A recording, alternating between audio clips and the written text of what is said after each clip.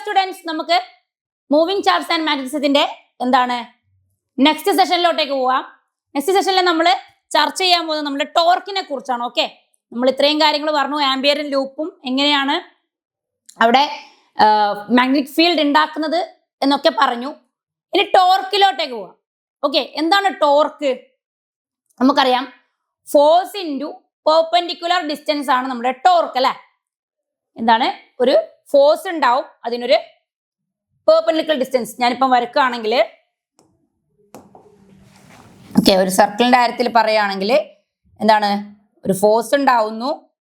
Okay, tangential force ഉണ്ടാവുന്നു, perpendicular distance ഉണ്ടാവുന്നു.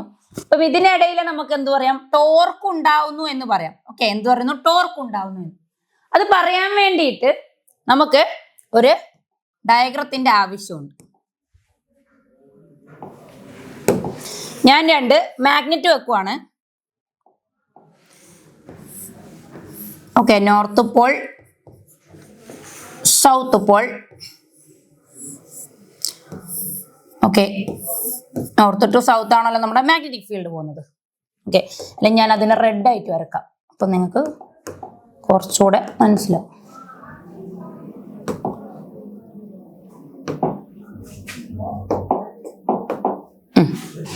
ഇത് S, north pole to south pole. ഇതാണ് എൻ്റെ മാഗ്നറ്റിക് ഫീൽഡ്. ഓക്കെ, ഇതെന്റെ മാഗ്നറ്റിക് ഫീൽഡ് ബി എന്ന് പറയുന്നത്. ഓക്കെ, ഞാനിനി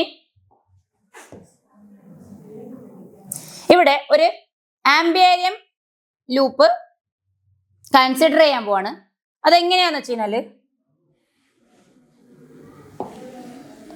ഓക്കെ, ഈ മാഗ്നറ്റിക് ഫീൽഡിന്റെ ഇടയിൽ ഒരു ലൂപ്പ് കൺസിഡർ ചെയ്യാൻ പോവാണ്. അത് ഞാൻ നേരെയല്ല, ചെരിച്ചാണ് വെക്കാൻ പോകുന്നത്. ഓക്കെ, എന്താണ്, ഇങ്ങനെ ചെരിച്ചാണ് ഞാൻ ഈ ലൂപ്പ് കൺസിഡർ ചെയ്യാൻ പോകുന്നത്. ഓക്കെ, എന്താണ്, ചെരിച്ചാണ് ഞാൻ ലൂപ്പ് കൺസിഡർ ചെയ്യാൻ പോകുന്നത്. ഇവിടുന്ന് ഇങ്ങോട്ടേക്ക്, ഇങ്ങോട്ടേക്ക്, ഇങ്ങോട്ടേക്ക്, ഇവിടുന്ന് ഇങ്ങോട്ടേക്ക്. ഓക്കെ, ഇതിന് ഞാൻ ഓരോന്നിനും പേരിട്ട് വിളിക്കാൻ പോവാണ്. എൻ്റെ A, B, C, D. Okay, ഇങ്ങനെയാണ് ഞാൻ കൺസിഡർ ചെയ്യുന്നത്. ഓക്കെ അല്ലേ? എൻ്റെ എ എഴുതി, ബി എഴുതി, സി എഴുതി, ഡി എഴുതി. ഓക്കെ, ഇതാണ് അതിന്റെ ഞാൻ എടുക്കുന്ന ഡയറക്ഷൻ. ഓക്കെ, മറ്റേ ചോപ്പിലുള്ളത് എന്താണ്, നമ്മുടെ മാഗ്നറ്റിക് ഫീൽഡ് ആണ്. ഓക്കെ, അപ്പൊ മാഗ്നറ്റിക് ഫീൽഡിന്റെ കാര്യത്തിൽ നമ്മൾ എന്താണ്, ഓരോ ഡി എല്ലിലും ഓക്കെ, ഓരോ ലെങ്തിലും എത്ര ഫോഴ്സ് ഉണ്ടായിട്ടുണ്ട് എന്ന് നമ്മൾ പറയണം അല്ലെ.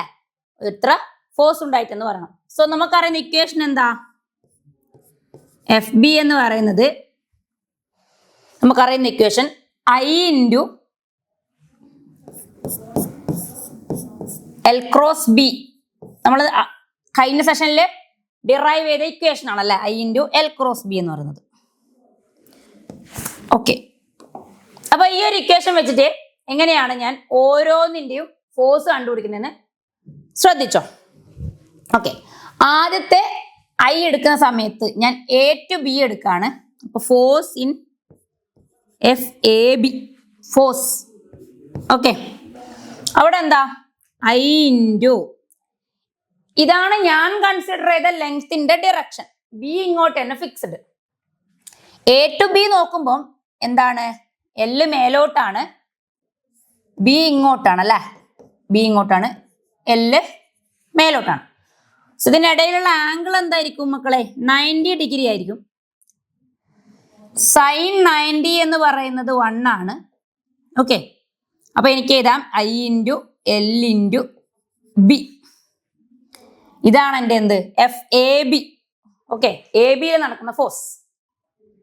ഞാൻ ഇനി ബി സി എടുക്കുന്നതിന് പകരം ഇതിന്റെ തന്നെ ഓപ്പോസിറ്റ് ഡയറക്ഷനിലാണല്ലോ ഇയാളെ ഇരിക്കുന്നത്. ആര്, സി ഡി എന്ന് പറയുന്ന ആളിരിക്കുന്നത്. ആ ആളെ കാണാൻ വേണ്ടിയിട്ട് ഞാൻ ആദ്യം ആളെ കാണുന്നു. ഓക്കെ, ഇയാളുടെ ഓപ്പോസിറ്റ് ആണ് അതിരിക്കുന്നത്. സോ അതെന്താണെന്ന് നമുക്ക് ആദ്യം എഴുതി വെക്കാം. എഫ് സി ഡി ആണ്. എന്താണ്, എഫ് സി ഡി ആണ്. വിച്ച് ഇസ് ഈക്വൽ ടു എന്തെന്ന് പറയാം നമുക്ക്, എഫ് സി ഡി എന്ന് പറയുന്നത് I ഇൻറ്റു ഇവിടെ നമുക്ക് തീറ്റ നോക്കുമ്പോൾ എങ്ങനെയാ വരുന്നത്, ഒരാള് ഈ എൽ എന്ന് പറയുന്നത് താഴോട്ടാണ്, ബി എന്ന് പറയുന്നത് അങ്ങോട്ട് തന്നെ. ഓക്കെ, അപ്പൊ എൽ താഴോട്ട്, ഇത് ബി. ഇപ്പോഴും നമുക്ക് കിട്ടുന്ന ആംഗിള് എന്താ? 90 ഡിഗ്രി ആംഗിൾ ആണ്. സോ സൈൻ 90 എന്ന് പറയുന്നത് ഒബ്വിയസ്ലി എന്താണ്? 1 ആണ്. So I into L into B തന്നെ ഇവിടെയും situation, I into L into B. പക്ഷേ ഇവിടെ നമ്മൾ ഡിറക്ഷൻ നോക്കുമ്പോൾ ആദ്യത്തിന്റെ ഡയറക്ഷൻ ഇൻവേർഡ് ഫോഴ്സ് ആയിട്ടും എന്താണ്? ഇൻവേർഡ് ഫോഴ്സ് ആയിട്ടും രണ്ടാമത്തേന്റെ ഡയറക്ഷൻ ഔട്ട്വേർഡ് ഫോഴ്സ് ആയിട്ടാണ് നമുക്ക് കാണാം. എന്താണ്? ഇൻവേർഡ് ഔട്ട്വേർഡ് ഫോഴ്സ് ആയിട്ടാണ് നമ്മൾ കാണാം. ഓക്കെ, ഔട്ട്വേർഡ് ഇൻവേർഡ് ഫോഴ്സ് ആയി. ഓക്കെ, അങ്ങനെയാണെങ്കിൽ നമുക്ക് കാണാനിരിക്കുന്ന രണ്ടാൾക്കാർ കൂടെയുണ്ട്. ബി ടു സി, പിന്നെ ഏതുണ്ട്? ബി ടു സി ഉണ്ട്, ഡി ടു എയും ഉണ്ട്. അപ്പൊ എഫ് ബി ടു സി എന്ത് വരുമെന്ന് നോക്കാം. Okay, F B to C എന്ത് വരുമെന്ന് നോക്കാം. B to C is equal to okay I into L into B. ഇവിടെ നമ്മൾ നോക്കിയേ, ഇവിടെ എന്താ ഇതില് സിറ്റുവേഷൻ? ഞാൻ തീറ്റ നോക്കുമ്പോൾ എന്റെ സിറ്റുവേഷൻ എങ്ങനെയാ വരുന്നത്? ബി ടു സിയില് ഡയറക്റ്റ് ആണോ? ഒരു ചെരിവുണ്ടല്ലേ, ആ ചെരിവിനെ നമ്മള് ഈ സൈൻ തീറ്റയിലെ ഈ തീറ്റനെ ആ ചെരിവ്, അതായത് ഈ ഒരു ബിയും ഈ ഒരു എല്ലും ഈ ഒരു ബിയും ഉണ്ടാക്കുന്ന ഈ ആംഗിളിനെ ഞാൻ ആൽഫ എന്ന് വിളിച്ചു. എന്ത് വിളിച്ചു? ആൽഫ എന്ന് വിളിച്ചു. ആ ആൽഫയെ ഞാൻ ഇവിടെ തീറ്റയ്ക്ക് പകരം സബ്സ്റ്റിറ്റ്യൂട്ട് ചെയ്യുന്നു. സോ എനിക്ക് ഫോഴ്സ് ഇൻ ബി സി സിറ്റുവേഷനിൽ കണ്ടുപിടിക്കണമെങ്കിൽ ആരെ അറിഞ്ഞിരിക്കണം? ഈ ആൽഫയെ നമ്മൾ അറിഞ്ഞിരിക്കണം. ഓക്കെ, അതവിടെ ഇരിക്കട്ടെ. ഇനി അടുത്ത ഒരാളെ കൂടെ കണ്ടുപിടിക്കാനുണ്ട്. അടുത്ത ഒരാൾ ആരാണ്? Okay, F D A. F D എന്റെ സിറ്റുവേഷൻ നോക്കുമ്പോൾ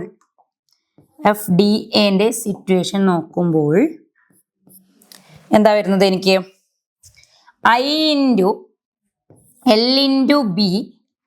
ഇവിടെയും എന്താണ്?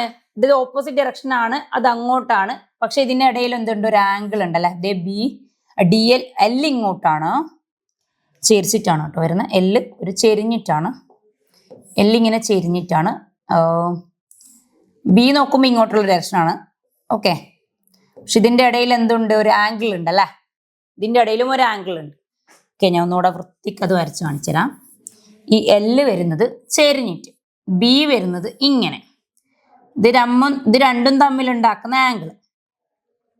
ഓക്കെ, രണ്ടും തമ്മിൽ ഉണ്ടാക്കുന്ന ആംഗിൾ, അതിനെയും ഞാൻ എന്ത് വിളിച്ചു?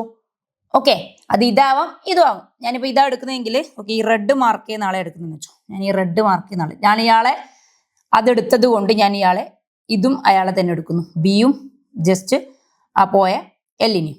ഇതാണ് എൻ്റെ ബി. ഓക്കെ, ഇതാണ് എൻ്റെ എൽ. എന്തിനാണ് ഞാൻ ഈക്വലി എടുത്തത്? കാരണം ആ മേലയിലും ഇതൊരു റെക്ടാംഗിൾ ആയതുകൊണ്ട് തന്നെ ഒബ്വിയസ്ലി തീറ്റ സെയിം ആയിരിക്കും. പക്ഷെ ഡിന്റെയും ബിന്റെയും സൈഡ്സും പോകുന്നത് മാത്രമേ ഡിഫറെന്റ് ഉണ്ടാകത്തുള്ളൂ അല്ലെ. സോ ഇത് എന്താ? ഇതും സൈൻ ആൽഫ. പക്ഷെ ഇതിന്റെ ഫോഴ്സ് എങ്ങനെയായിരിക്കും അറിയോ? ഇത് ഡൗൺവേർഡ് ഫോഴ്സും ഇതെന്താണ്? ഇത് അപ്വേർഡ് ഫോഴ്സുമാണ്. ഡൗൺവേർഡ് അപ്വേർഡ്, ഞാൻ അങ്ങനെയാണ് എഴുതിയിട്ടുള്ളൂ. ഡൗൺവേർഡും അപ്വേർഡും, ഡൗൺവേർഡ് ഫോഴ്സും ഒന്ന് അപ്വേർഡ് ഫോഴ്സുമാണ്. അപ്പൊ നമ്മളൊന്ന് ചിന്തിച്ച് നോക്കിയേ, ഒരാൾ പോകുമ്പം ഇൻവേർഡ് പോകുന്നു, ഒരാൾ ഔട്ട്വേർഡ് പോകുന്നു, ഒരാൾ ഇന്ന് പോകുന്നു, ഒരാൾ ഔട്ട് പോകുന്നു, ഒരാൾ ഡൗൺ പോകുന്നു, ഒരാൾ അപ്പ് പോകുന്നു. ഇതെന്താവും? അങ്ങോട്ടും ഇങ്ങോട്ടും ക്യാൻസൽ ഔട്ട് ആവൂലേ? സോ ഞാൻ ഇതിന്റെ ഫോഴ്സ് കണ്ടുപിടിക്കാന്ന് വെച്ചാൽ എഫ് നെറ്റ്. എന്താണ് കണ്ടുപിടിക്കാൻ പോകുന്നത്? F net force. ഓക്കെ, അവിടെ ഉണ്ടായ നെറ്റ് ഫോഴ്സ് ഞാൻ എടുത്തു കഴിഞ്ഞാൽ എല്ലാവരും കൂടെ ക്യാൻസൽ ഔട്ട് ആയിട്ട് അതിനെ എനിക്ക് എന്ത് ചെയ്താം? 0 എന്ന് എഴുതാം. ഓക്കെ, ഫോഴ്സ് 0 ആയി, എഫ് നെറ്റ് 0 ആയി. പക്ഷേ അവിടെ ടോർക്ക് 0 ആകത്തില്ല. കാരണം എന്താണെന്നറിയോ? ഇവിടെ ടോർക്ക്, ഞാനിപ്പോൾ ഒരാളെ ഇൻവേർഡ്, ഒരാൾ ഇൻവേർഡ്, ഒരാൾ downward, okay, inward outward, downward upward, ഇങ്ങനെ ഞാൻ ഇങ്ങനെ പുഷ് ചെയ്യണം. ഓക്കെ, ഒരാൾ ഇൻവേർഡ്, ഒരാൾ ഡൗൺവേർഡ്. അപ്പോൾ ഇന്നും ഔട്ടും ഇങ്ങനെ ഞാൻ ഇങ്ങനെ പുഷ് ചെയ്യുന്ന സമയത്ത് ഇവിടെ എന്തായാലും എന്താ ഒരാൾ ഇങ്ങനെ ഉന്തുന്നു, ഒരാൾ ഇങ്ങനെ ഉന്തുന്നു. അപ്പൊ ഇത് തമ്മിൽ എന്താ ഒരു കറക്കം നടക്കും അല്ലെ, ഒരു റൊട്ടേഷൻ നടക്കും. ഒരാൾ ഉന്തുന്നതിന് കണക്കായിട്ട് ഓപ്പോസിറ്റ് ആയിട്ട് ഇവിടുന്ന് ഉന്തുമ്പോൾ എന്താവും, ഇതൊന്ന് റൊട്ടേറ്റ് ചെയ്ത് വരും. ഈ റൊട്ടേഷനെ നമ്മൾ എന്ത് വിളിക്കുന്നത്, ടോർക്ക് എന്ന്. എന്താണത്, ടോർക്ക്. അപ്പൊ ടോർക്ക് സീറോ ആവുന്നില്ല, ഫോഴ്സ് സീറോ ആണ് പക്ഷെ ടോർക്ക് സീറോ ആവുന്നില്ല.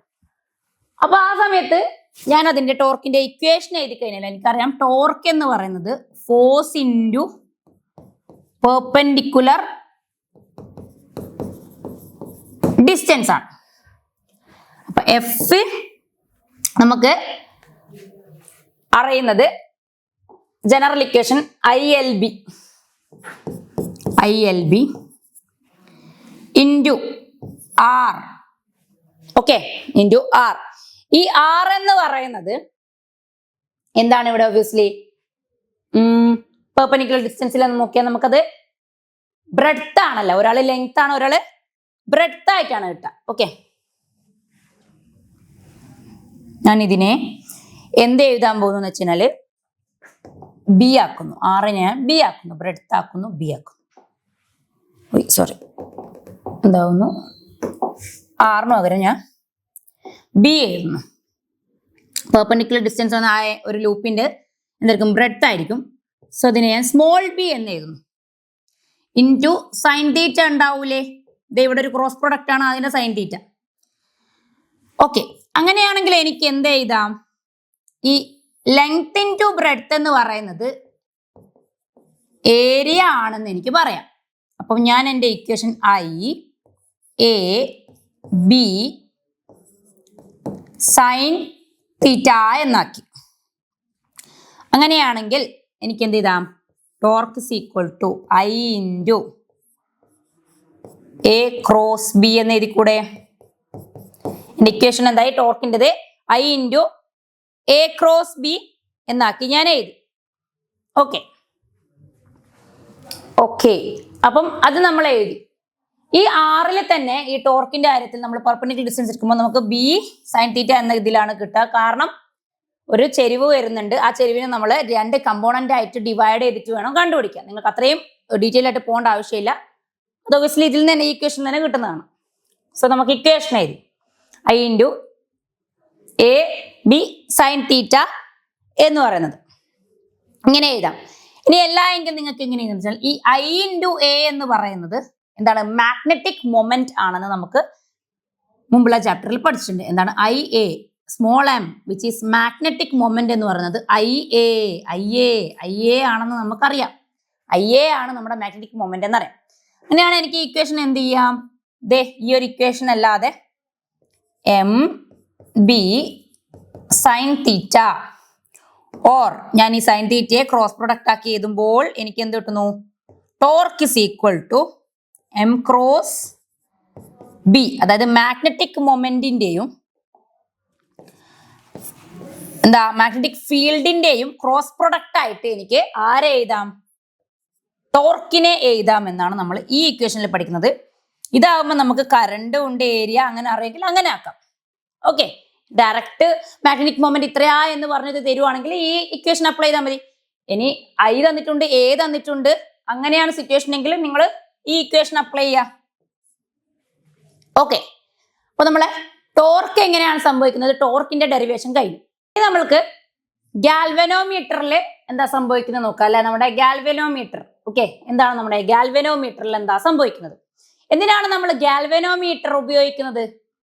ഗാൽവനോമീറ്റർ ഉപയോഗിക്കുന്നത് നമ്മൾ കറണ്ടിന്റെ പ്രസൻസ് അറിയാൻ വേണ്ടിയിട്ടാണ്. എന്തിനാണ് ഉപയോഗിക്കുന്നത്, കറണ്ടിന്റെ പ്രസൻസ് അറിയാൻ വേണ്ടിയിട്ടാണ് നമ്മൾ ഗാൽവനോമീറ്റർ ഉപയോഗിക്കുന്നത്. ഗാൽവനോമീറ്ററിന്റെ കാര്യത്തിൽ എന്താ, കറണ്ട് ഫ്ലോ ചെയ്യുന്ന സമയത്ത് അവിടെ ഒരു ടോർക്ക് ഉണ്ടാവുന്നു. എന്താ ശരിക്കുള്ള സിറ്റുവേഷൻ എന്ന് വെച്ച് കഴിഞ്ഞാല് ഈ ഗാൽവനോമീറ്ററിൽ ഓക്കെ രണ്ട് വലിയ ബാർ മാഗ്നറ്റ് ഉണ്ടല്ലേ. ഓക്കെ, ഇങ്ങനെ രണ്ട് സൈഡിലായിട്ട് നമുക്കൊരു വലിയ ബാർ മാഗ്നറ്റ് ഉണ്ട് നമുക്ക്. ഓക്കെ, ഇത് നോർത്ത് പോള്, ഇതെന്താണ് സൗത്ത് പോൾ. ഓക്കെ, ഇതിന്റെ എന്താണ് സെൻട്രലായിട്ട് ഒരു എന്താ പിവോട്ട് ഉണ്ട്. ഓക്കെ, അതും കറങ്ങും കേട്ടോ. അതെങ്ങനെ കറങ്ങുന്നതെന്ന് പറയാം. ഇത് പോരാനിട്ട് ഇതിനൊരു കോയിലുണ്ട്. ഓക്കെ, സോറി, ഞാൻ ഈ ഒരു കളറിൽ കോയിൽ വരക്കാം. കോയിൽ ഇങ്ങനെ ചുറ്റിപ്പണഞ്ഞിട്ടാണുള്ളത്. ഓക്കെ, കോയിൽ ഇങ്ങനെയാണ് അതിനെ ചുറ്റിപ്പണഞ്ഞിട്ടുള്ളത്. ഓക്കെ ഓക്കെ ആക്ച്വലി ഈ സർക്യൂട്ട് ഓൺ ആകുന്ന സമയത്ത് ഈ ഗാൽവനോമീറ്റർ എന്താ സംഭവിക്കുന്നത് വെച്ച് കഴിഞ്ഞാൽ ഈ മാഗ്നറ്റിക് ഫീൽഡ് കാരണം ഓക്കെ എന്തുണ്ടാവും? ഓക്കെ, ഇത് ഈ കറണ്ട് ഈ കോയിൽ ഇതിൻ്റെ ഉള്ളിലാണ്. ഈ കോയിൽ പച്ച നിറത്തിൽ വരച്ചാണ് കോയില്. അപ്പം ഈ മാഗ്നറ്റിക് ഫീൽഡ് ഉണ്ടാവുന്നു. ഓക്കെ, ആ മാഗ്നറ്റിക് ഫീൽഡ് കാരണം നമ്മളിപ്പോ ടോർക്കിന്റെ കാര്യം പറഞ്ഞല്ലേ, ടോർക്ക് സംഭവിക്കുന്നു. എന്താ ടോർക്ക് സംഭവിക്കുന്നത്? ടോർക്ക് കാരണം റൊട്ടേഷൻ നടക്കും അല്ലെ. ആ റൊട്ടേഷൻ അവിടെ ഉണ്ട്. ഇത് പോരാനിട്ട് ഇതിനുള്ളിൽ കണ്ടോ ഒരു സ്പ്രിങ്, ഉള്ളിലൊരു സ്പ്രിങ്. ആ സ്പ്രിങ്ങും ഒരു ടൈം ആകുമ്പം റൊട്ടേറ്റ് ചെയ്യാൻ തുടങ്ങും. റൊട്ടേറ്റ് ചെയ്ത് അതെന്താക്കുന്നു? ആക്ച്വലി ഇവിടെ ഉണ്ടാകുന്ന മാഗ്നറ്റിക് ഫീൽഡിന്റെ ടോർക്ക് കാരണം ഈ ഉള്ളിലുള്ള സ്പ്രിങ്ങും റൊട്ടേറ്റ് ചെയ്യുന്നു. ഓക്കെ, അപ്പൊ രണ്ടിന്റെയും ടോർക്ക് ഒരു പോയിന്റിൽ എത്തുമ്പോൾ എന്താവും വെച്ചാൽ ഈക്വൽ ആവുന്നു. ഈക്വൽ ആവുമ്പോൾ എന്താവും? രണ്ടും കൂടെ ക്യാൻസൽ ഔട്ട് ആയി പോലെ.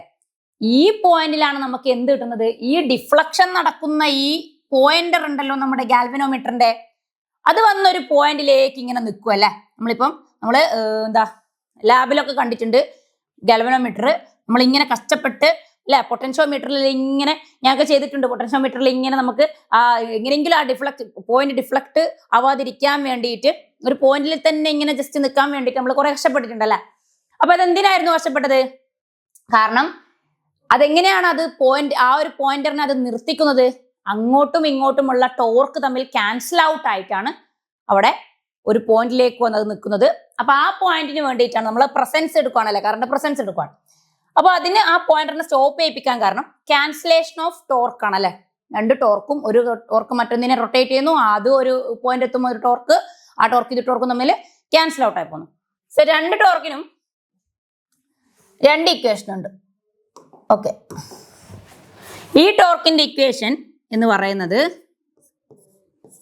K × φ ആണ്. ഓക്കെ, എന്താണ് ഈ K എന്ന് പറയുന്നത്? സ്പ്രിംഗ് കോൺസ്റ്റന്റും. ഓക്കെ, ആ സ്പ്രിങ്ങിന് ഒരു കോൺസ്റ്റന്റ് ഉണ്ടാവല്ലോ, അതാണ് സ്പ്രിംഗ് കോൺസ്റ്റന്റ്. ഫൈ എന്ന് പറയുന്നത് എന്താണ്? Angle of deflection. എന്താണ്? Angle of deflection. ഇത് എത്ര ആംഗിൾ ഡിഫ്ലക്ട് ആവുന്നു അല്ലെ. പിന്നെ അറിയുന്ന ഇക്വേഷൻ എന്താ? നമുക്ക് ജനറലി ഒരു മാഗ്നറ്റിക് ഫീൽഡ് കാരണം ഒരു ടോർക്ക് ഉണ്ടായി കഴിഞ്ഞാൽ, ഓക്കെ, കറണ്ട് ക്യാരിയിങ് കണ്ടക്ടർ കാരണം ഒരു മാഗ്നറ്റിക് ഫീൽഡ്, ആ ഫീൽഡ് അത് കാരണമുള്ള ഒരു മാഗ്നറ്റിക് ഫീൽഡിന്റെ ഇക്വേഷൻ എന്താണ്? I × L × B ആണല്ലേ. എന്താണ്? I × L × B ആണ്.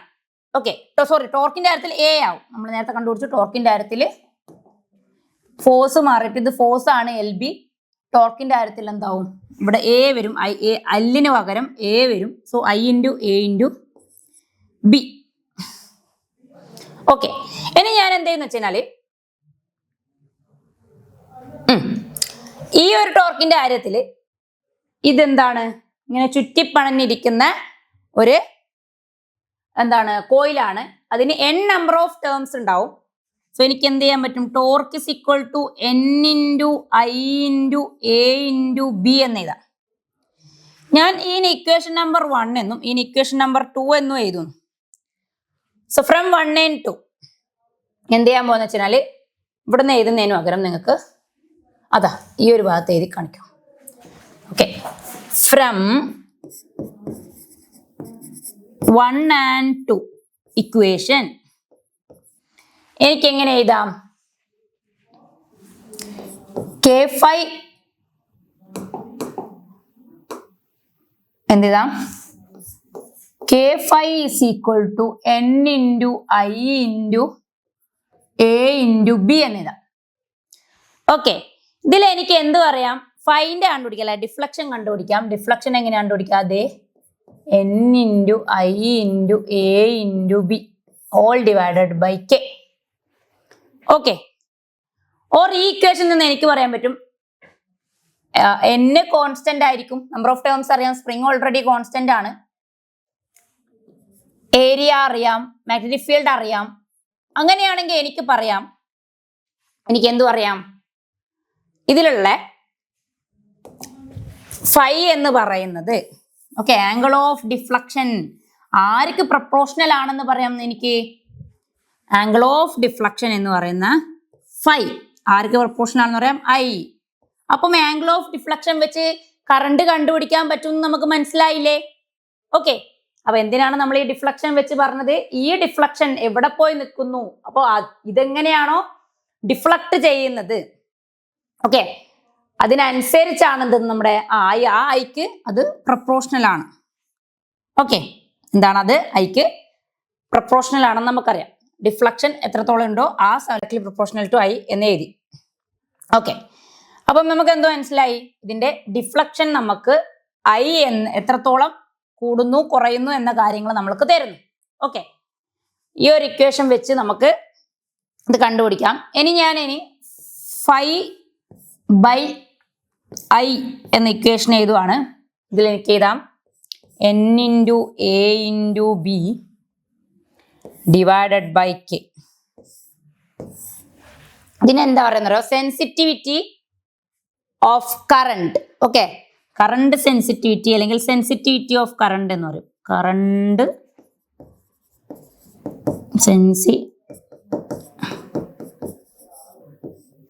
സെൻസിറ്റിവിറ്റി ഓഫ് കറണ്ട് എന്ന് പറയാം നിങ്ങൾക്ക്. ഓക്കെ, അപ്പം നമ്മൾ ടോർക്കിനെ പറ്റി പറഞ്ഞു. ടോർക്കിനെ പറ്റി പറഞ്ഞതിന് ശേഷം ടോർക്ക് എങ്ങനെയാണ് ഗാൽവനോമീറ്ററിൽ ആക്ട് ചെയ്യുന്നത് നമ്മൾ പറഞ്ഞു അല്ലേ?